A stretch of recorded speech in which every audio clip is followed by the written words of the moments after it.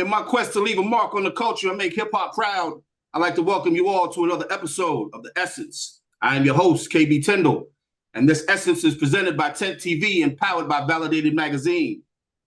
Today, I have a seasoned veteran in the music, film, and healthcare industries. He's the CEO and founder of Fast Forward Films, Grown Man Sports, New Swing Entertainment.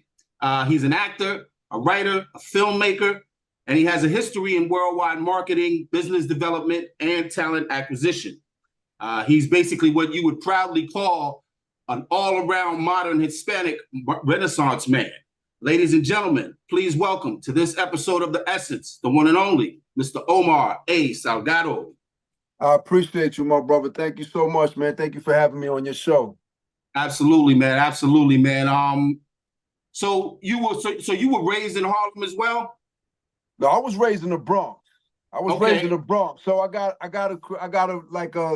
so my dynamic is my mother was closer to Brooklyn, Manhattan, Lower East Side, and then my dad grew up in Harlem, you know what I'm saying? And then, I was born in Puerto Rico. Born in Puerto Rico. My dad was a proud Puerto Rican, and he shipped my moms to Puerto Rico so I could be born on the land. You know what I'm saying? Right. All right. And then shortly after that, came back to New York, and I've been in the Bronx, the whole time. I grew up in the Bronx. I grew up in the X. Okay, for sure. That's what's up. Yeah, I grew up in the Bronx until I was like 11, 12. I grew up in Castle Hill.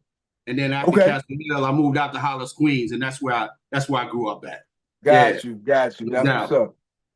So let's start from the beginning, man. Music was introduced to you at an early age by your great grandfather, Juan Salgado, and his father, or should I say that's your great grandfather, right? Juan Salgado, and his father, Aurelio Juan Salgado Sanchez. So Juan Salgado's my grandfather, and Aurelio's my dad. That's my father. Aurelio's your dad. Okay, all right. So I got it a little confused. Okay. Yeah, it's all good. So who was known as Yayo Salgado? Was that your grandfather or your dad? No, that's my dad. That's the nickname. Okay. That's the nickname for him. Yeah. Okay, yeah, okay, got you. So he was a Latin pianist with a Grammy-nominated group New Swing Sextet. How did those early years influence you musically and like you said earlier, about the culture and being taught about that? How did those early years influence you musically and culturally? Yeah, man. It influenced me greatly. You know what I'm saying? Like I was surrounded by music, man. I remember as far back as being 2 and 3 years old. You know what I'm saying? In the crib, like literally, like waking up, not knowing where my parents was at and crying, and then my mom's coming in picking me up, and then she brought me to the living room, and my pops had a full-out jam session going on at that time, and I'm talking about bass players, guitars, congas, the whole shebang, man. It was real crazy, to watch that and to see it. So I just been around music my whole life, man. Like I'm talking about real musicians. Right. Yeah. Like with the essence of it all, absolutely. Yeah, the essence of it. So like, I remember, waking up in the morning and listening to different genres of music. My father was into a little bit of everything, right? So it was it was a lot, obviously Southside going on in the house, a lot of jazz. He was into disco at that time too. That's before the hip hop really started to kick in. And then and then you had your R&B, you know what I'm saying? So I was really well-rounded when it came to the different music and sounds and rhythms that was out there. Brazilian music was big in my house too, you know what I mean? Okay. So yeah. Right. We're gonna jump into your hip hop history in a little bit, but growing up in the Bronx, I know how it affected me at an early age, right? And I know how it affected me when I had to move out to Queens and I had to readapt, and how that affected me as well. How did growing up in the Bronx outside of your home affect you at an early age? And what are some of the things, from the neighborhood that you learned at an early age that you still carry with you today? Oh man, growing up back in them days, man, we was just like, it was school, man. We was in school, you know what I'm saying? Like the whole time, like, music came to me. I remember listening to like Mr. Magic's Rap Attack back in the days. You know what I'm Absolutely. saying? Absolutely. That's what that was probably like. That's Yeah. probably my earliest memory of just kind of being introduced to the genre of hip hop and whatever. But just the break dancing. You know what I'm saying? I was Mr. Frost used to come on Hmm. my come on my block. You know what I'm saying? We used to have block parties, like serious block parties back in the Right. days. You know what I'm Yeah. saying? Yeah. And I remember the New York City Breakers came on the block one time, man, and Okay. we Yep. had an all out battle. It was crazy, man. It was that's when hip hop was fun and just it was community was community. You know what I Right. mean? Right. Right. Right. Yeah, Right. yeah. Right. It was a beautiful time back then, man. So like I remember being exposed to all that, man. One of my boys, um, his name is Manny. He used to do like the tags on the trains, you know what I'm saying? All the graffiti stuff and all that. So yeah, like I was exposed to that like 24/7. B Street was like one of my favorite movies, you know what I'm Hell yeah, saying? me too. Me too. Absolutely.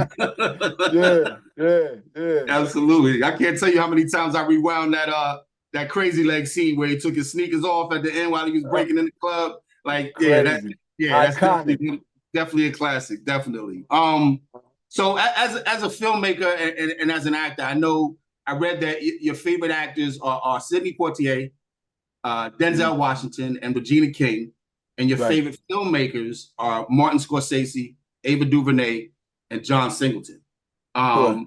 Can you tell me a little bit about how they influenced you, what you take from each one of them when it comes to perfecting and refining your craft on a continuous basis as it applies to acting and filmmaking? So like, when we speak about Sidney Poitier, like these are, being being an artist, right? Just being an artist, right? Music, film, whatever it is. My dad was an artist, so like he watched a lot of these early movies, and I would sit down with him and watch it. I would watch the Sidney Poitiers, I would watch the Fred Astaires and all that. You know what I'm saying? Mm, All of them type right, of right. movies. You know what I'm saying? Musicals and stuff like that. So I was really into that. So just the art itself was just very fascinating for me. Um, Denzel Washington, obviously, man, just that dude is just such a master at his craft. You know what I'm saying? Absolutely. So that Absolutely. was that's that's the no brainer, man. And then when it comes to these filmmakers, man, I just look for people that have their own unique eye, you know what I'm saying, and can really project their perspective on other people. You know what I'm saying? And I Right. think that those names that you put out there, they've been able to do that. They can bring you into their world, in other Mhm. words. And I Right. think as a filmmaker, that's very important. Like you got to be able to bring people into your world. So you got to Mhm. create that for them. You know what I mean? Yeah. Absolutely. Absolutely. Hmm. So you founded Fast Forward Films in 2019, Hmm. along with FFICTV in 2021 with your partner, Willie Coggins. Tell me about the company and tell me about the goal and some of the milestone projects that you feel in your mind that you've released so far. Yeah. So FFICTV came about very um I would say it came about right before the pandemic. That's when the Hmm. pandemic started to hit, right? I was doing film before that. I started in 2012.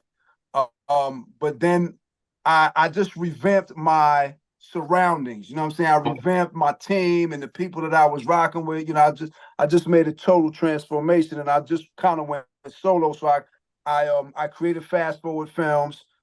Started really investing in myself. Doing that kind of stuff.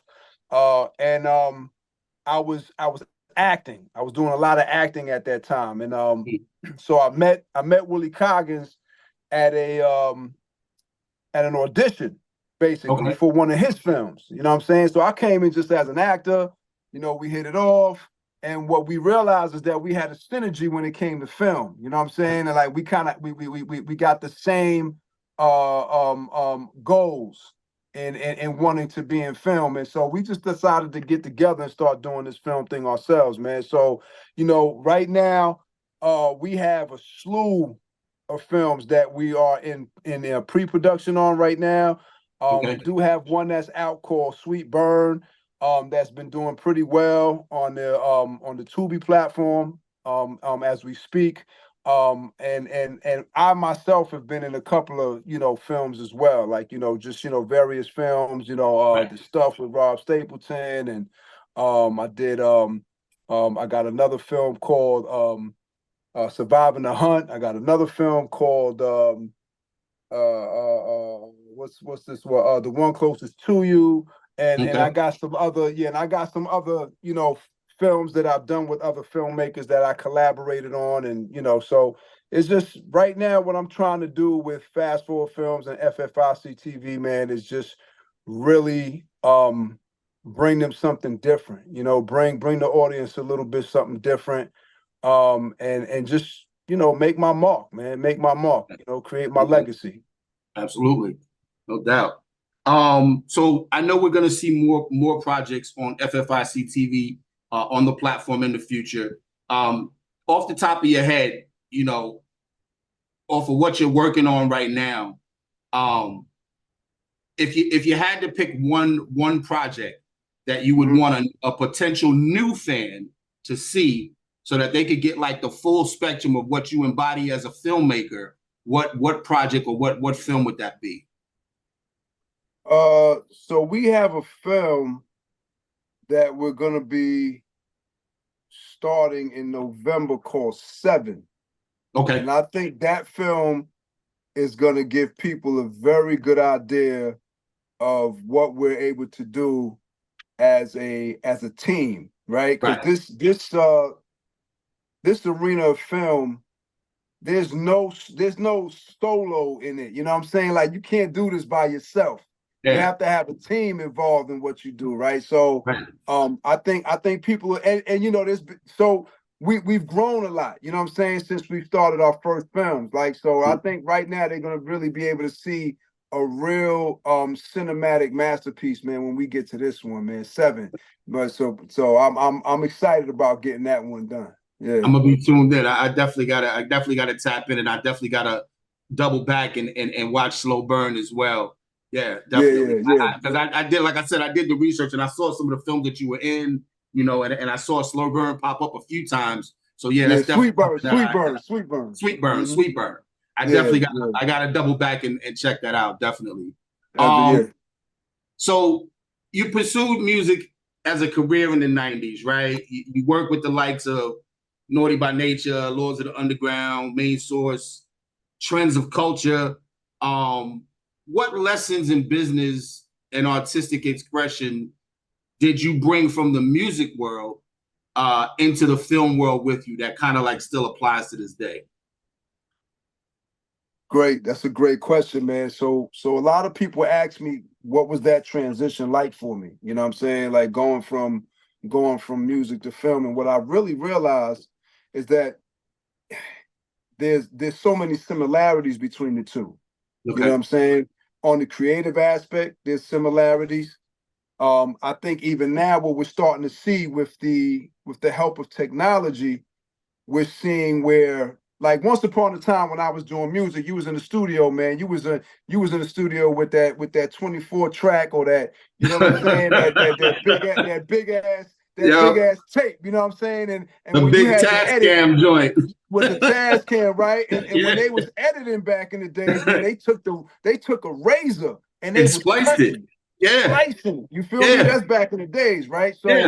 So technology now allows you to have the same quality in these huge spaces that we used to work out of. You can put that in the corner in your home, right? That's happening right now in film, right? These big, stupid cameras that they had back in the days, and these big lenses, they done condensed all of that stuff so small, and the price points are much better, and people can afford it. So it's really, I think what I've taken from it is that, it's an ever evolving industry. You know what I'm saying? The industry evolves. Some people are able to get acclimated, and then others are not. You know what I'm saying? And so I think I take pride in the fact that I've been able to get acclimated from one sector of of production, and being able to utilize all the technology that we got now to be able to do what we're doing now. So, I mean, and I think also another lesson that I learned. Let's keep in mind, I'm 50 years old now, right? Okay. Mm-hmm. I was 17, 16 years old when I was doing music, man. So business, yeah. I wasn't even thinking about the business back then. Right, You know what I'm saying? right, Like right. that wasn't even a thought, man. Where now, in hindsight, understanding what's really going on, I believe that, and this is something that I preach to all my filmmakers, is that you gotta understand the business of what you're doing. Mm-hmm. You know what I'm saying? It's cool. You know your cameras, your lights and your angles and all that other stuff. But once that creativity is already in place and is put together and is ready to go, what you gonna do next? What's your next step? Right, and so business to me is everything, at the end of the day.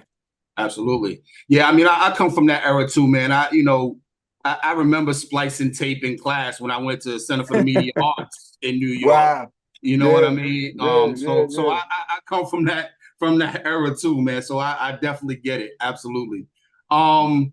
It's weird, man. When I was reading up on you and it said that you work with Trends and Culture, man, I just remember that hit that they had Off and On. That, you know what I mean? It was such a dope song, man. And I really wish they had done more as a group, man. But that was just a good era, of music, of hip hop at that time. It was an excellent era of hip hop, man. I believe it was at its purest at that particular moment. You know what I mean? Right. I agree too. I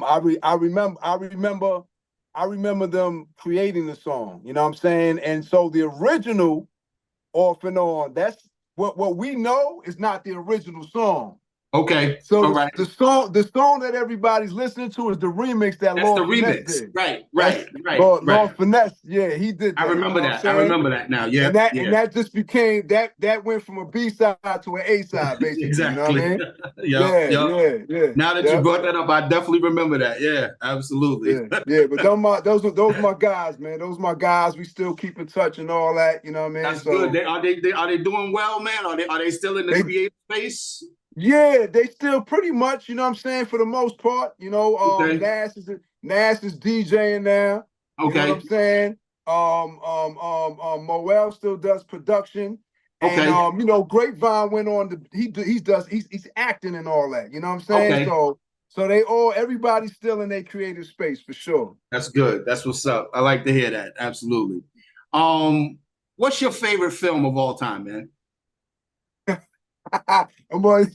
The funny, every time I say this, people say, "What?"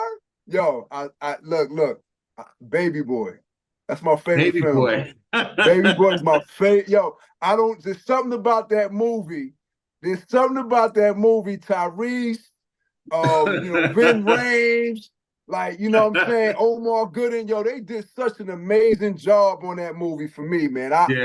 I could watch it over and over again. It's one of those movies that anytime it come on, I just lock into it. You know what I'm saying? Right. I enjoy it all the time. They did such an amazing job because it was so authentic to me. You know what I'm saying? Mm-hmm. It made me want to go to the West Coast. I wanted to be I wanted to be in LA. You know what I'm saying? When I saw that movie. Real talk. That's my favorite movie. Real talk. Yeah. No doubt. When people ask me mine, they never think I'm gonna say what I say, but my favorite is Love Jones. Nice. I think Love Jones was done in such a super creative way. It birthed a lot of new stars, that we still see today. I just think it was a dynamic film. It was a great love story. Had a lot of good elements in it. I think it was a real good. That's a great movie. Great choice. Absolutely. Who's your favorite musical artist of all time? Man, does the genre make a difference, or nope, not at all. Not at all. Wow, that's a good one, man. I have so many, but what I'll tell you the one that influenced me the most, at least in hip hop, it was Rakim. Me too. Eric B. and Rakim, man. That's the one that even in my music days, a lot of people would say I favored him, but it was just because I took to his style. I took to, you know what I'm saying, to what he was bringing to the table. So he influenced me a lot. He influenced me a lot. Definitely. Absolutely. Definitely. Tell me about Grown Man Sports. So Grown Man Sport came about as an organization that I was putting together to help the youth, to help younger people, younger men, specifically, because what I was finding is that a lot of our young men were missing out on etiquette. You know what I'm saying? Just simple etiquette, just being able to communicate with each other properly. A lot of them didn't know how to interview for jobs. They didn't know how to tie a tie, like all kind of, you know what I'm saying? That kind of situation, right? So I wanted to do something that was geared towards that, man. So so I started that, but then it morphed into film, and I created a PSA called "Tie Never Broken," which was a moment that I had with my dad when I was a little kid, where I saw him in the mirror tying a tie, and he, and I asked him, I said, "Yo, Dad, what you doing?" And he took the time to show me exactly how to do it. So the whole purpose of the video was just to show people, like, not so much the tie, but just like being patient. You know what I'm saying? Practicing, your craft, and being, you know what I'm saying, just being diligent on what it is that you want to do. So that was the thing. And so my man Charles Jones had entered it in a Obama 2012 fatherhood contest, and it came in second place last minute. So that kind of was my confirmation that, I think I could do this film thing. Okay, you know what I mean? Yeah, that's how that came about. Yeah. Got you. Tell me a little bit about New Swing Entertainment. New Swing Entertainment was my music thing. So New Swing Entertainment obviously is a play on my dad's band that he used to rock with, the New Swing Sets Tech. Got you. So I created New Swing Entertainment, and I put out a few singles, you know what I'm saying, with under that label at that time, and I did the music thing, but these things, they work, and then they, what I'm saying, then something else comes about. But that was that situation at that time. Yeah, I did the music thing for a long time too, in and out. And I've been doing the journalist thing for a couple of decades now. A whole bunch of different outlets I've written for, stuff like that. So I get it, definitely. You were the head of acquisitions for American New Network. Correct. Tell me a little bit about that. So American New Network is a network that was created by Damon Dash, and it was something that he wanted to bring forth to give filmmakers and creators a safe place, right? And also a place where they can monetize from. Like, so it's an official. I believe he had an app for that too, right? I believe he did have an app. It's an official platform. Okay. It's on every, it's on every, your Apple, your Google, all of that. You know what I'm saying? And it has all type of content. It has movies, it has podcasts, it has documentaries. You got music, stuff on there and everything. And it just provides opportunity at the end of the day. It's providing opportunity for filmmakers or creators that probably wouldn't get opportunity anywhere else. Okay, got you. Yes. Speaking of Dash, man, we all know what he's going through right now with the auction getting ready to take place. And one thing I've never heard, man, I've never heard anybody say anything bad about Dame as far as his person, right? So tell me something about his business that you've taken, or something that he may have taught you that you still carry today. Because what he's done in this game is monumental, regardless of where he's at right now, right? The mark that he's left on hip hop and this culture can never be faded. You can't say anything bad about that at all. So tell me something, anything that he might have wisdomed you with, that you still carry with you today. Yeah, I think the number one thing that stands out to me the most would be a relentless belief and what it is that you want to do. You know what I'm saying? Like that, just like having that plan in place. Like, and also the thing is like not only having a plan, but actually executing. Right. You know what I'm saying? Because it's one thing to think about doing something, but it's another thing to actually get it done. Right. You know what I'm saying? And that's the one thing that I will say that I've taken from him, that, you know, regardless, like, you know, he has these ideas. He has multiple ideas. He has this thing called the octopus, right? That he does. And it's like eight different ideas, or, you know, whatever. And he does everything simultaneously. You know what I'm saying? Right. It's really about being like relentless with what it is that you're trying to do. You know, that's really what I take from him. I take that you, out of anybody else, has to believe the most. You got to believe it. You know what I'm saying? Bet on yourself. Yeah. You got to bet on yourself. That's a fact. Yeah, no doubt. On top of all the endeavors that you're involved in, you also have over a decade of experience in healthcare administration. How has that helped you on the business side of the entertainment industry? Yeah, you know what's funny, man? That came up recently. I did another interview, and they must have been digging, and they found that. Oh, this dude, you know, he's in the healthcare field and he does administration. And so what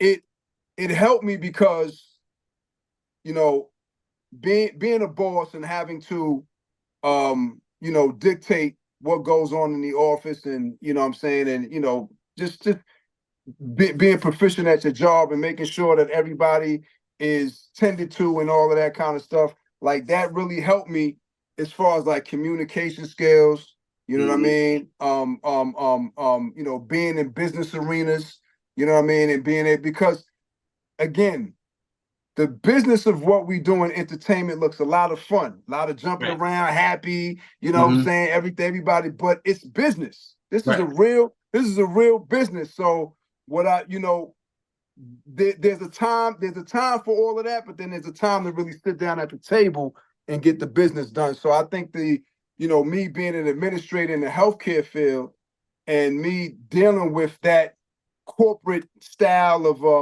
work has definitely helped me with bringing that same energy to this arena as well. You know what I mean? So like I've been able to curate a lot of relationships just based on conversation, just based on us being able to talk to each other and have a real good conversation, and people really getting to know and understand that this guy really knows what he's talking about. You know what I'm saying? That makes the difference at the end of the day.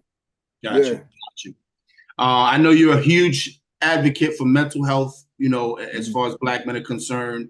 Tell me what you're doing in that space, and on the tail end of that, if you could change two things about the healthcare industry in America, what would they be and why? So, you know, what I've been doing in regards to mental health, I do have a project that I am working on currently now, that will highlight that as well. It's called Mask Off. It's like a documentary that I'm going to be doing. That's you know, I'm talking to different individuals, mostly Black men or men of color, that they, you know, that are dealing with mental health. A lot of this comes from my personal experience, and having so much difficulty in finding the help that we need. You know what I'm saying? As Black men, you know, we come from a society that any form of weakness is shunned upon, you know what I'm saying? Or quote unquote weakness. I'm not gonna say weakness, it's a quote unquote weakness, right? It's not really a weakness, it's the way that we look at it at the end of the day. But so I've been doing that, and I think my other contribution is that I've been a lot more vocal about it. You know what I'm saying? And I talk about it openly now. Before I used to be a little bit nervous about, you know, even having to have that conversation because of, you know, because of what it is. But now it's like, now we got to talk about this, because what I'm finding is that just in casual conversation, I realized that brothers, we going through it. You know what I'm saying? We going through it. Absolutely. We going through it. And Yes, let me indeed. tell you something. That support is everything. You know what I'm saying? When you can relate to other people and you realize that, yo, I'm not alone in this, it makes it easier for you to cope. You know what I mean? At the end of the day. Healthcare is, I'm disappointed in healthcare. Now, I've been in it for a long time. There was a time when patients actually knew their doctors.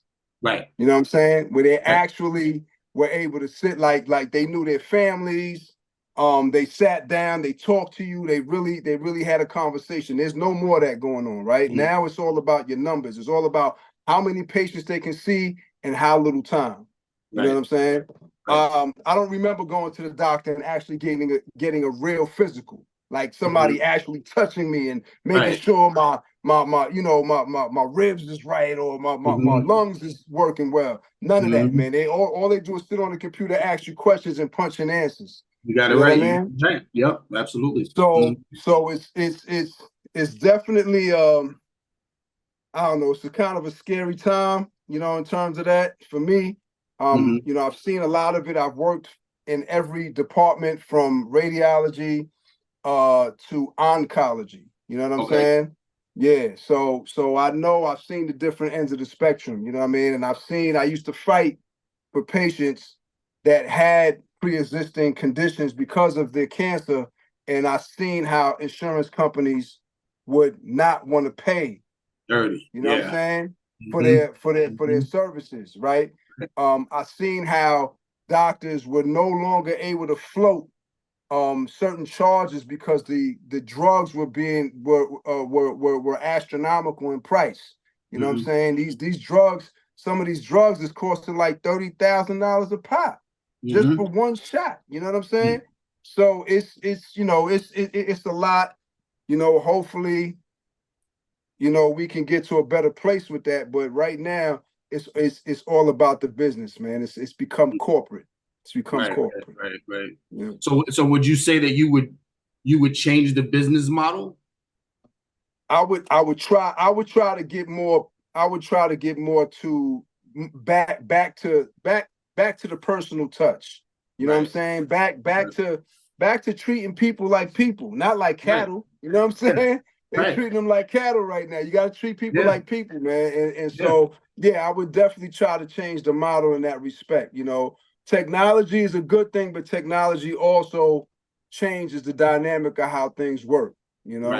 Right. Yeah. I know for me, you know, when I grew up, I had asthma really bad, right? So I remember going to my doctor on a Saturday morning and him sitting down with me and my mom and actually talking about what things I had to be tested for to see what I was allergic to and having this great dynamic conversation. Whereas now, you know, you don't see that. And sometimes it takes a month just to get in to see a doctor now. You know what I mean?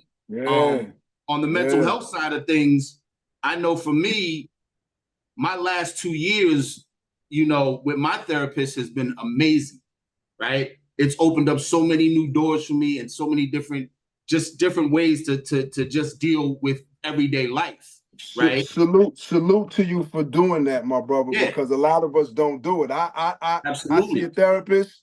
Yeah. For me, it's maintenance, and it helps me put things in perspective. Yeah. Exactly. It's definitely maintenance, man. And it's worked wonders for me, man. And I'm all for it. You know what I mean? If we can get more brothers in that space to be able to open up, you know, even if it's just to one person that they can open up to where they can dump their stuff and they can learn how to maintain it and keep moving forward, then that's a positive impact. I'm all for it. Absolutely. Anything else that you want to tell the people that we haven't covered? Anything you got coming up? You know, what people should be looking out for outside of the projects that you're working on? Anything like that? I gotta cut. I can't talk about those things, but okay.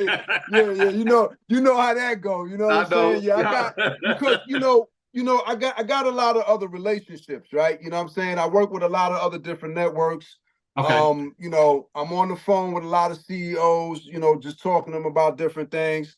I've become sort of the go-to guy when it comes to connecting the dots, you know what I'm saying, with certain things. So and I've been blessed. I've been blessed. I can't lie. I've been blessed in this situation to be even able to do that.